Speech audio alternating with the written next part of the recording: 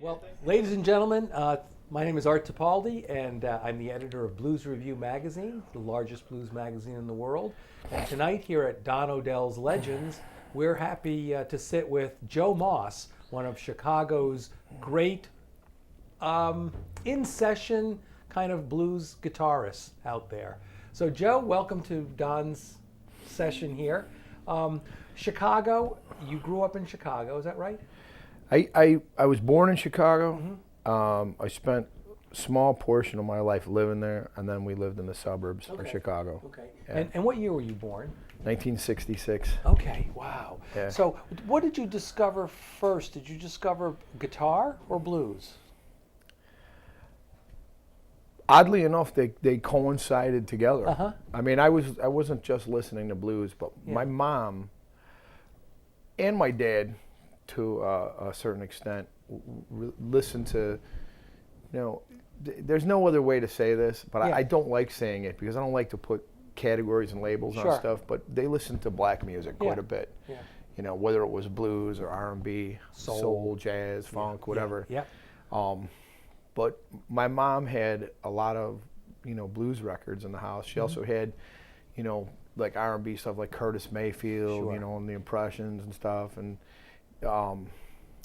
like B.B. King and Albert King, and just a lot of stuff that I listened to at home because my parents were listening to it. Right.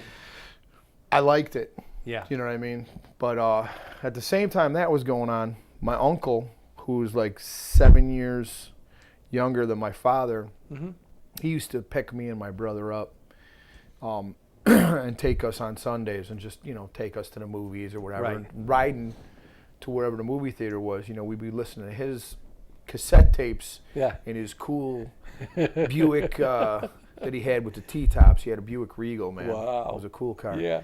But he was listening to a lot of the stuff that I was, digging on at the time, and like, probably like when I was 10 years old in '76, so the '70s, rock that was happening from, maybe a little bit before all the way through, I really liked that stuff, and he was into that, and so he would turn me on to new stuff. And so between my parents and my uncle, I heard a lot of music. Right. And that's what I was listening to. And so one of my friends had a guitar, and I asked him, "Hey man, can I have that guitar?" And he was like, "You can have it." And then his mom called my house and said, "Hey, you got to bring that guitar back here." My mom's like, "Did you take a guitar?" Yeah, how'd you get that? Yeah. But and I started learning how to play guitar with my buddy Tom, and right from the get-go, we were into that. Yeah. We talk about that all the time. He's like, my buddy Tom said, he goes, when we were like in 6th grade, how you used to wrap your books in like paper bags so that the textbook wouldn't get ruined on the outside. Yeah. Everybody had pictures of like, their favorite rock star or whatever, because that was big in the 70s. And disco, disco. And in my school, nobody really. I mean, I'm going to be honest with you. Yeah. I like that time period, the disco, and I listened to it. But I really liked the bands that were like more funk bands at the time. Sure. Yeah. But so what were your pictures that you had? That was what my Tom always says. He goes, "You were the only kid." I had that picture of Muddy Waters where he had his hair slicked back. It's a black and white, and he's kind of just sitting there. Yeah. And I had that picture on my textbook, and everybody used to be like, "Well, what the hell is that?"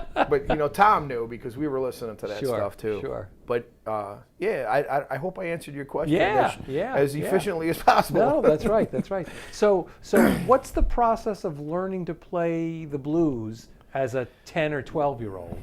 Is that how old you were then, or were you a little older? Yeah, I think I started playing at 10, but I mean I wasn't really playing yet. No. Did you take lessons, or did you try to learn by ear?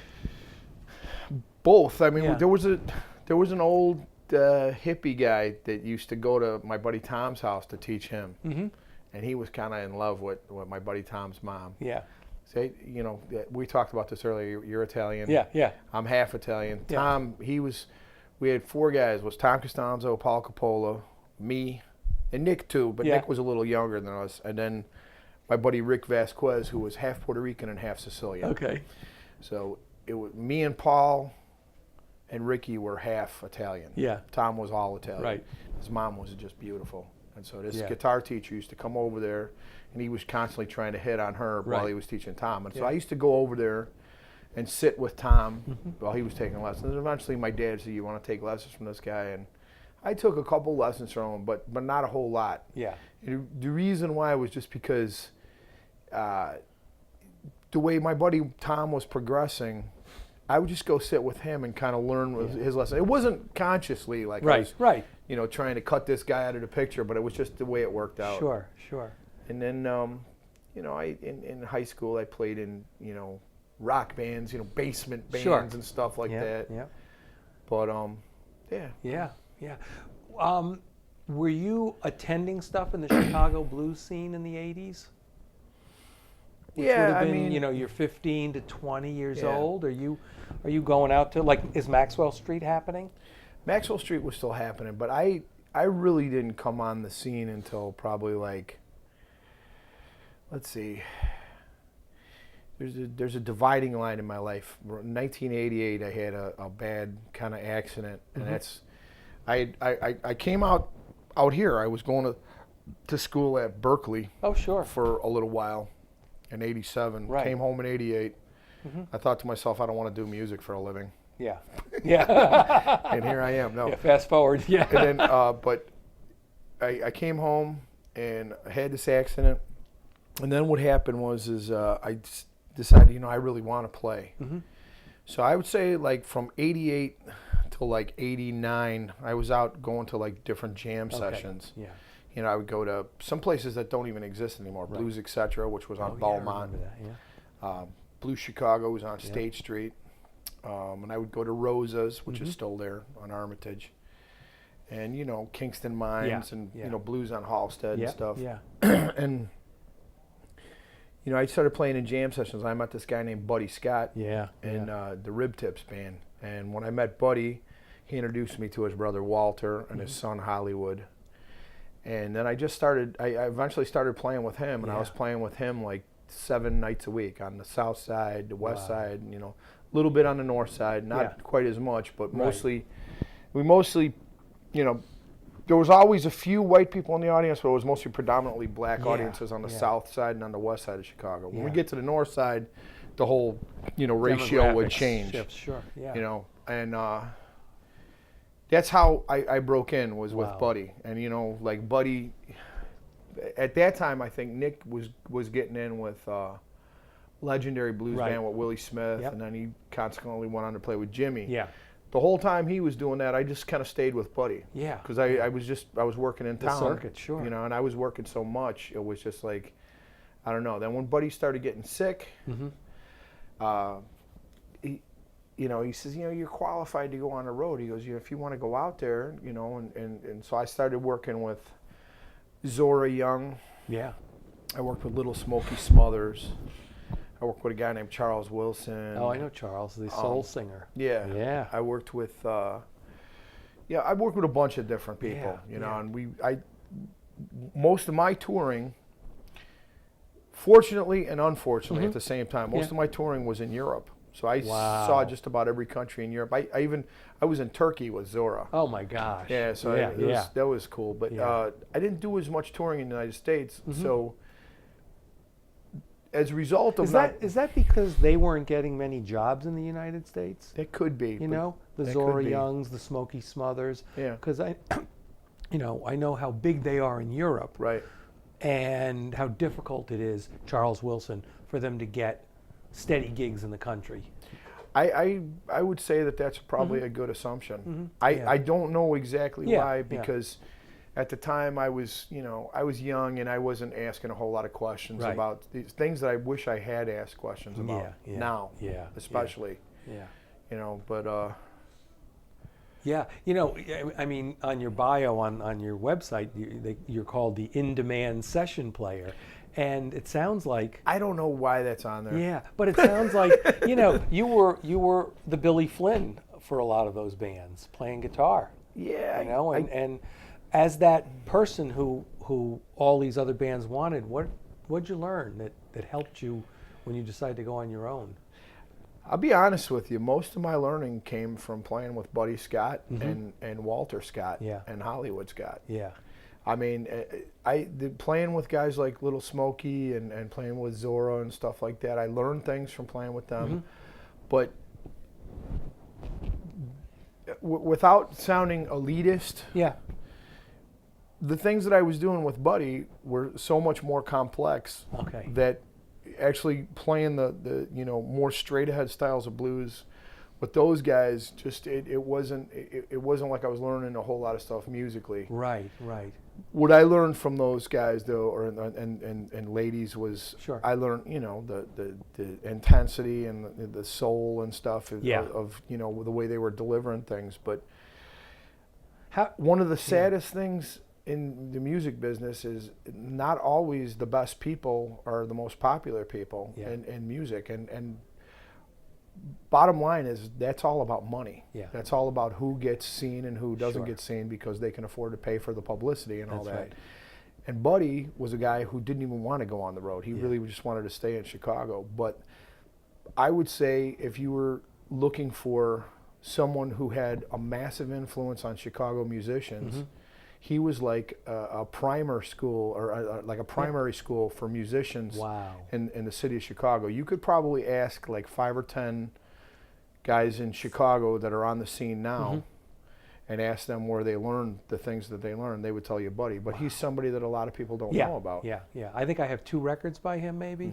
He did one on... Probably have the compilation from Alligator and Bad Avenue, right? Bad Avenue, yeah. I was on Bad Avenue. Yeah, that's right, yeah. That was the first record I was on. He was really nice to let me on that record. Yeah. That when you are when you are playing with these different bands, how do you come up to speed to go on the road with Zora Young one month and Smokey Smothers the next? What's your process to? Do they send you the music or is it pretty much a universal language? It's pretty much. I mean, that type of stuff is pretty universal. Okay. But, I'm so far removed away from that stuff. There's things that I just don't even remember about that. You know what I mean? I almost never do sessions now. Right. I almost never back anybody up. I actually have to back up Guitar Shorty on the 30th at the Mississippi Valley Blues Festival. And that'll be like the first time that I've ever done a sideman job, but they're using my band. I guess there was some kind of situation where they couldn't get Shorty's band out for that show. Right. But I'm almost I don't know how to put this, but I don't feel real comfortable as a sideman anymore. No, you've got your own identity. When I did do it, I didn't even feel comfortable doing it, but that was what we did. Sure. But you've also had those wonderful experiences that people coming up today will never have. I mean, you get to play with legends who are no longer with us, and to be able to carry, Buddy Scott's story to today's fans keeps him alive. It certainly is going to make me go home and get those albums out, or cassette CDs, I should say, and re-listen to them again. The thing is like he was such an amazing live artist. Yeah. That's what the saddest part is nobody documented him live. Wow. There's some video footage of him on YouTube, but it's real sketchy and it's not it's just a shame. But the people that saw him, he used to have a homestand on the weekends at a place called Lee's Unleaded Blues. Oh, sure. Yeah. And that was the venue you'd want to see him at, and he was just it was really cool. Yeah. Did you see a real difference in the way the black crowd reacted to him as opposed to going up to the north side with the white crowds? I think both crowds liked him. I mean, we played in Spain once. Yeah. And he got a standing ovation in Spain, and he busted out in tears because he was just like, wow. He goes, I didn't know these people knew my music. He goes, they're singing the words to my songs here. Yeah. But the only difference is you can't play straight ahead blues to the black audiences all night long. Right. Yeah. You can to the white audiences. Right. The black audiences, at least on the south side of Chicago, they wanted to hear, things that were more like R&B influenced or soul influenced, along with the straight ahead stuff. That's right. Yeah. And there's like like that they call it the Chitlin circuit. Oh yeah, yeah. I really think like the South Side. There was places on the South Side that were part of that same circuit, even though they weren't down south. Yeah, yeah, that's right. And that's kind of like the style of music that was going on there. Yeah, yeah. You know, like Bobby Rush. I was gonna say a Bobby Rush show Yeah. is a little bit of blues, a little bit of funk, a little bit of soul, Little Milton. Little Milton. Yeah, that kind of stuff. That's cool. That's cool. And when did you go out on your own? You said 98? I went on my own in 97 actually, Uh-huh. but the first record was, this is a crazy story, but the first record that I did was the guy who recorded Buddy for Bad Avenue was this guy named Jay Newland, Mm-hmm. who now is like a really in-demand engineer, and he ended up working with Arif Mardin with Norah Jones and Oh wow. winning Sure, a Grammy sure. Award with her. And Yeah. he ended up working with Pat Metheny, and Charlie Hayden won a Grammy Award for that record. Oh, yeah. And he came and he says, Buddy told me that I need to come back and record a record on you and Buddy's son Hollywood. Mm-hmm. Hollywood didn't really seem interested in doing that, and that never got done. But Right. I ended up working with Jay, and we got my first record done. You know, it was just Joe Moss Band. Right. And that came out I think in '98, and then I recorded another record a little while later, like maybe in 2000, because there's always a big gap between my CDs. Sure. Yeah. Yeah. How steadily are you performing, or in those 15 years? How steady has the Joe Moss Band been performing in Chicago, in the area? Well, in the early days, we performed quite a bit. Mm-hmm. You know, when House of Blues first opened up, and when I first started my band, I was playing everywhere. We were playing in the suburbs, Sure. playing all over the place. Yeah. Now most of my work is like on the road, and I play, you know, the blues venues in Chicago and Right. stuff. But I don't know. I kind of got sick and tired of playing in sports bars and things like that. So I TVs just, all up around the wall. Yeah. So I just kind of concentrate on, you know, music venues, places where people are actually coming to hear music. Yeah.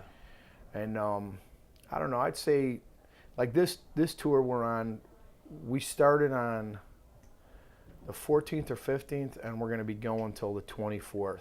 Okay. Which is cool for me because I recently let go of my booking agent and stuff, and so I'm doing it pretty much all myself. Yeah. Yeah.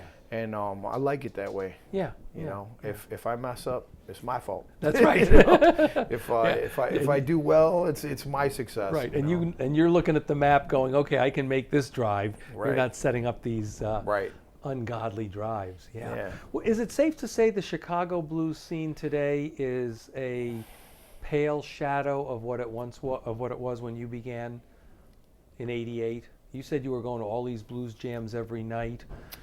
Is the Chicago scene been reduced, number of venues, number of opportunities?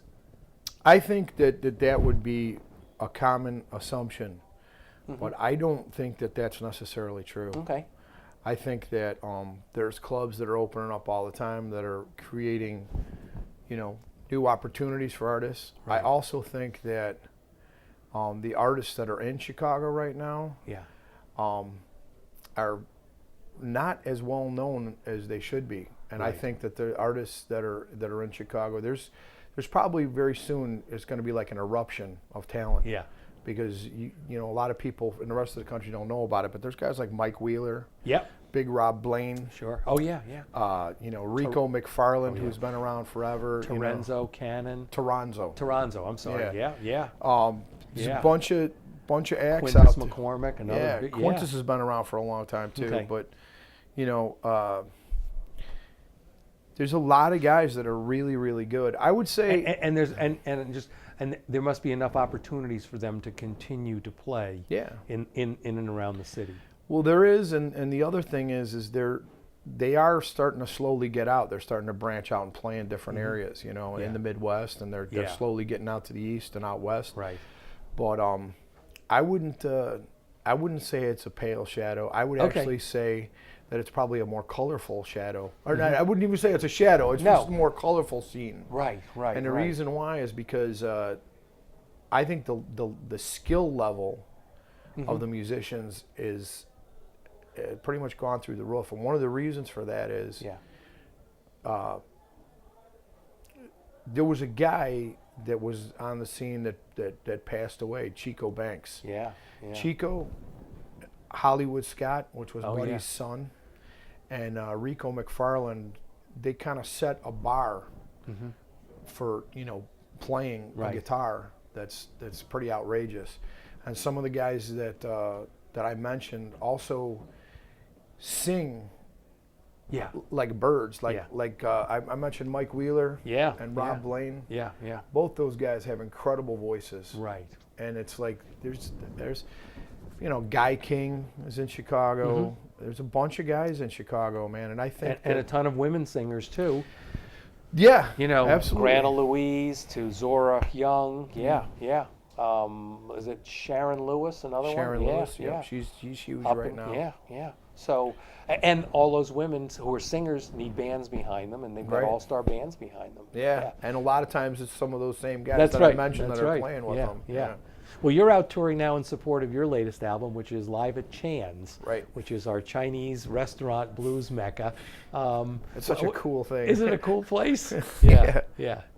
But we're very happy to have you here tonight, and I think we'd like to get the show started, if that's okay with you, Joe. Good with me. Ladies and gentlemen, once again, I'm Art Tipaldi, editor of Blues Revue magazine, and we've been chatting here with Chicago guitarist Joe Moss. Enjoy the show.